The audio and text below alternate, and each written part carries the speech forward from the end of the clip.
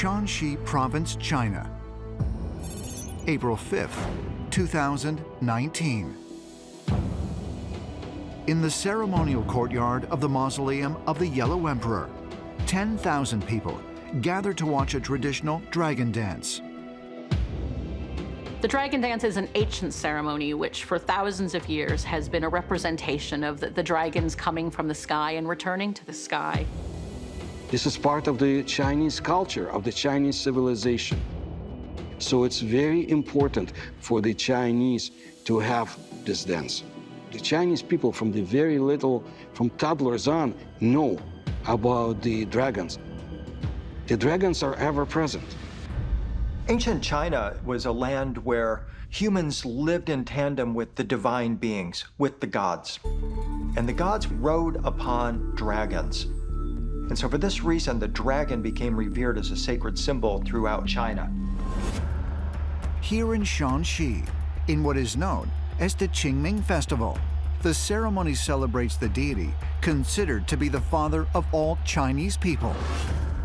The Yellow Emperor, also known as Huangdi, is a legendary ruler who founded Chinese civilization nearly 5,000 years ago. The Yellow Emperor, Huangdi, is this semi-mythical figure in Chinese history. He's an originator of Chinese civilization and culture, and he is credited with numerous inventions that came to define Chinese civilization. Anything from domesticating animals to the calendar and various astronomical sciences. And the Yellow Emperor also crafted a magical cauldron. And one version of the story has a dragon emerging from the cauldron. And then the Yellow Emperor jumps on the dragon's back, and the dragon ascends up to heaven. The Chinese would say, we're the descendants of the Yellow Emperor. That's one way of putting how Chinese believe him to be, the very founder of Chinese civilization. In fact, just about everything that you would think as the basic elements of civilization is somehow associated with the Yellow Emperor. We Chinese people consider ourselves the descendants of the dragon. So there should be a certain connection between the identities of the Chinese people, both as the descendants of the Yellow Emperor and as the descendants of the dragon. At the end of the Qingming Festival, the dragon is released into the sky, symbolizing Huangdi's departure from Earth to the heavenly realm. The Yellow Emperor is believed to have flown up to the sky and dwell in the pole star at the very center of the sky. And there he actually would live forever. The idea of a dragon, a metaphysical being who looked very real, had to come from somewhere. They could not just imagine a complicated being like Chinese dragons.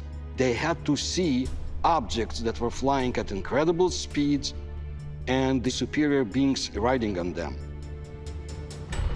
Now, from the ancient astronaut perspective, the dragon was never a dragon.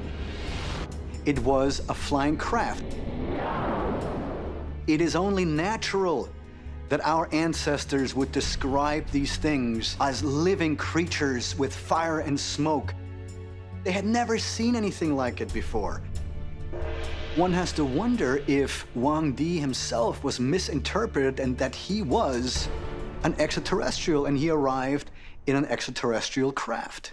In China, in UFO research, a dragon is the symbol of aircraft. There is a view that the Yellow Emperor arrived in the wonderful land of China through an aircraft, and he flew back afterwards.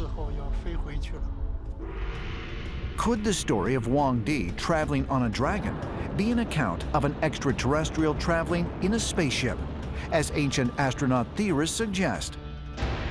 In the modern world, tales of dragons are widely considered to be strictly a product of the imagination.